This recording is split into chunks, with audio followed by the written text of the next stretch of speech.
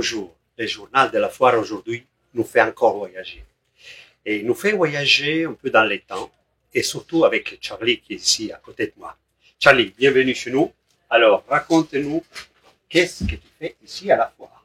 Eh bien, je suis à la foire de Chatou pour exposer des malles et articles de voyage anciens. Donc, c'est des malles qui ont traversé le monde entier avec des personnalités très célèbres de l'époque. On les achète, on les restaure et on les vend ici à la foire de Chatou.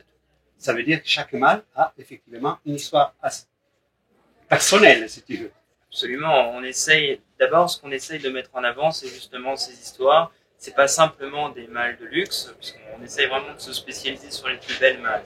Donc, c'est pas simplement la maison Louis Vuitton ou la maison Hermès. C'est aussi une histoire, c'est des voyageurs, c'est des passagers qui ont pris l'Orient Express parfois, qui sont montés dans le Normandie, qui sont montés dans l'Île-de-France, c'était des moyens de transport qui nous sont aujourd'hui complètement obscurs et qui à l'époque étaient vraiment le rayonnement de l'art français. Et tous ces voyageurs avaient avec eux ces bagages. Et on essaye de retrouver ces bagages dans le monde entier, de leur redonner une nouvelle jeunesse, de recomprendre leur histoire, de retrouver les premiers propriétaires, de comprendre où est-ce qu'ils sont partis, qu'est-ce qu'ils ont vu, grâce aux étiquettes d'hôtel, grâce aux étiquettes de transport, des compagnies maritimes, grâce aux noms qui sont parfois écrits sauvagement sur le bagage. Et grâce à tout ça, on essaie de retrouver l'âme de l'objet et de le partager avec nos clients. Ça veut dire qu'on arrive sur ton stand et on fait tous les parcours. Absolument. Et de différentes époques, c'est ça qui est intéressant. On démarre, la plus ancienne date de 1883. Aujourd'hui, maintenant, vous en aviez des bien plus anciennes. Aujourd'hui, celle que nous avons, la plus ancienne, c'est 1883. La plus récente, c'est 1990. Et au milieu de tout ça, eh bien, vous avez plein d'autres bagages. À chaque fois, c'était des utilisations bien spécifiques, que ce soit la malle à chapeau, la malle à chaussures, la malle pour les chemises, la malle pour les robes. Et ça, c'est vraiment ce qu'on essaie de partager. Et quand vous faites le tour du stand, eh bien, je suis là pour appuyer ces histoires et pour vous expliquer, pour vous faire voyager un peu en restant dans ce petit espace, vous faire voyager dans cette époque et vous initier un peu à cet art de voyager que vous pouviez trouver au début du siècle. Tu n'as jamais eu envie de recueillir toutes ces histoires dans un ouvrage éventuellement? Ah, pourquoi pas un jour. Maintenant, je n'ai que 22 ans et quand je sentirai prêt pour faire ça, à ce moment-là, j'écrirai quelque chose, j'espère un jour, mais pour l'instant, j'ai pas encore accumulé assez d'histoires pour le faire. Tu voyages avec tes malles. Absolument, je voyage tous les jours, ça c'est certain. Et le plus compliqué pour nous, c'est de comprendre ces histoires. Et beaucoup de personnes, on a des collègues qui vont pas faire cette démarche. Vous voyez, ils vont simplement vendre une malle Vuitton ou un objet Hermès. Et c'est vraiment là-dessus qu'on essaye de se démarquer. Tout de suite, quand on reçoit un objet, on veut comprendre. Avant la moindre démarche commerciale, on veut comprendre l'objet, savoir ce qu'il a vécu et est-ce qu'on peut mettre en avant son histoire. J'ai une pièce sur le stand qui est pour moi une des plus belles anecdotes que j'ai pu vivre en tant que de mon jeune métier de marchand. D'accord. Ben, sur ça, on va se déplacer tout de suite, mais ne partez pas parce que sinon vous allez rater toute cette histoire. À tout de suite. Un vendeur de malles, un peu comme toi. Un peu comme moi, un peu comme toi, mais peut-être qu'il avait moins d'histoires à raconter, lui. Et puis il était plus vieux. Oui, c'est vrai, c'est vrai. Alors, si par hasard je touche n'importe quelle malle, celle-là, voilà, elle a une histoire. Alors celle-ci, malheureusement, on n'a pas le nom du propriétaire d'origine, mais ça c'était une malle pour les chaussures. C'est Oui. pour ça que vous avez une ouverture particulière, elle s'ouvre en portefeuille avec tous les compartiments pour ranger les chaussures. D'accord. Et c'est là que c'est particulier. Et on a aussi pour les chapeaux. Pour les chapeaux, regardez, j'ai ça. Alors ça, c'est vraiment pas courant. C'est un modèle qui était fait de la maison de Lyon. Vous voyez, elle est toute en cuir. Et ce qui est intéressant, c'est qu'à l'ouverture, vous avez les chapeaux. Incroyable. Incroyable. Bon, je vais changer, je prends les chapeaux mélange, je te donne ça à la place.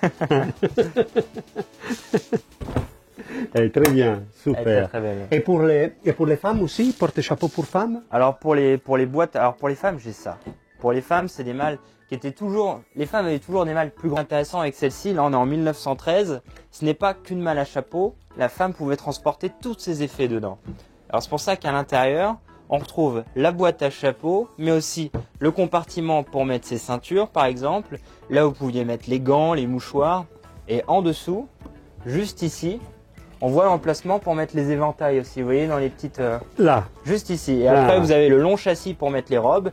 Et l'emplacement du dessous était dédié à la femme de chambre, puisque la cliente, sinon, risquait de tomber dans la malle en prenant ses affaires. D'accord. Ah oui, ils avaient tout calculé. Ah, ils avaient tout pensé. Mais, non, mais c'est une découverte ton stand, vraiment. Et là, on est en 1913. C'est une malle que nous avons achetée comme ça. Elle n'a jamais quitté le château où nous l'avons achetée. C'est-à-dire qu'elle est tout à fait neuve. Et ça, c'est extraordinaire pour nous. Oui, en plus, elle a son odeur du temps qui est passé. Absolument. Tu vois.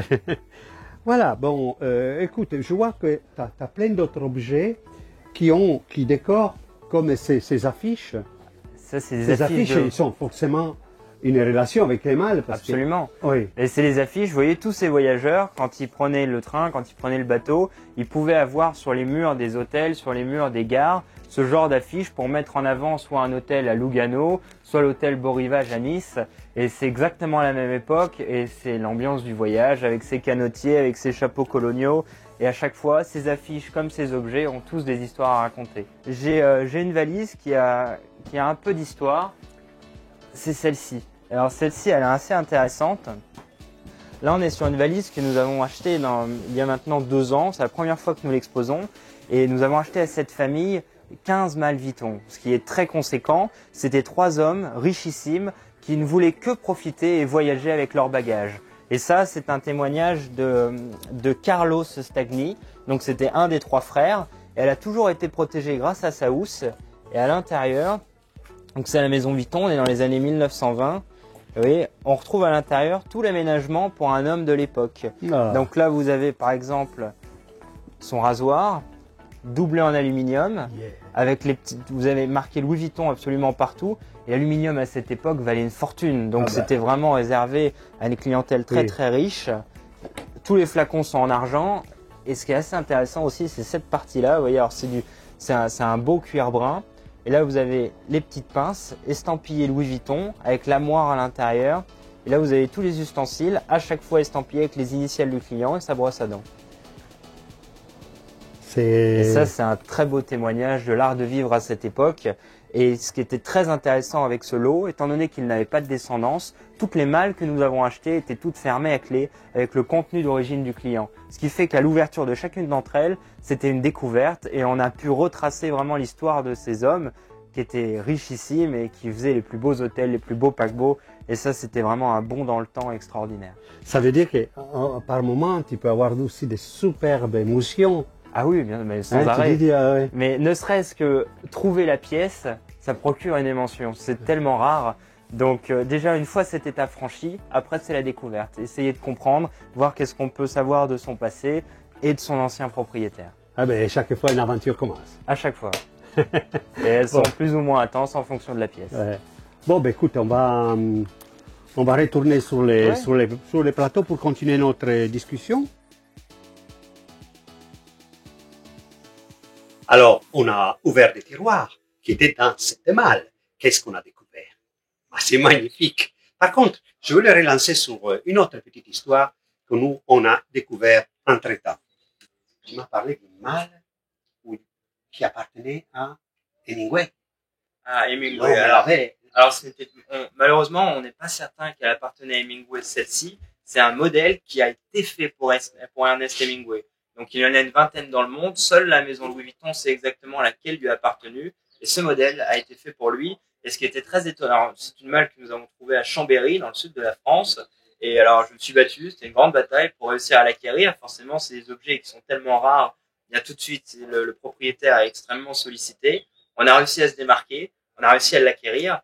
Et ce qu'on a surtout réussi avec ce modèle, et on était assez contents, on a retrouvé exactement le modèle de machine à écrire qui rentre dans cette malle.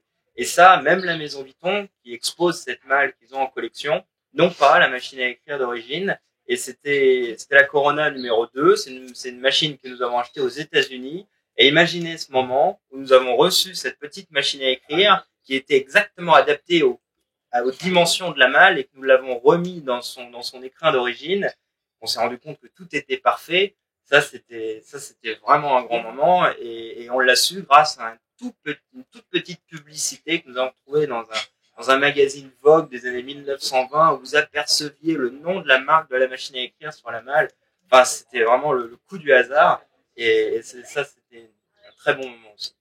Oui, parce que quand on pense à Hemingway, on pense à Fitzgerald, on passe à Oui, la bien époque, c'est toute cette la période. Première Guerre mondiale. Bien sûr.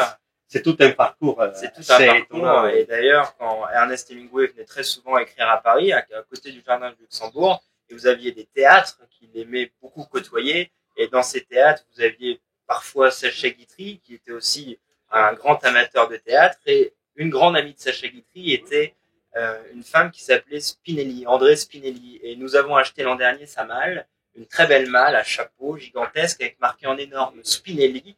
Et en achetant cette malle, alors tout de suite Spinelli, ça nous parle, on a fait des recherches, et j'ai retrouvé un extrait de journal de 1923 où vous voyez André Spinelli partir à New York avec une accumulation gigantesque de malles, et on voit André Spinelli sur ces malles avec la malle que nous avons trouvée dans le sud de la France. C'est extraordinaire de revoir notre malle sur cet extrait de journal, c'est fou. Tu vois, on voyage en pleine histoire, disons contemporaine, parce qu'elle est très proche. Oui, finalement. Bon, Charlie, je te remercie beaucoup d'être passé nous voir, et j'espère te revoir une prochaine fois avec d'autres histoires, parce qu'elles sont très très belles. Et sur cela, je vous quitte encore une fois pour les prochains journaux de la foire. Ciao!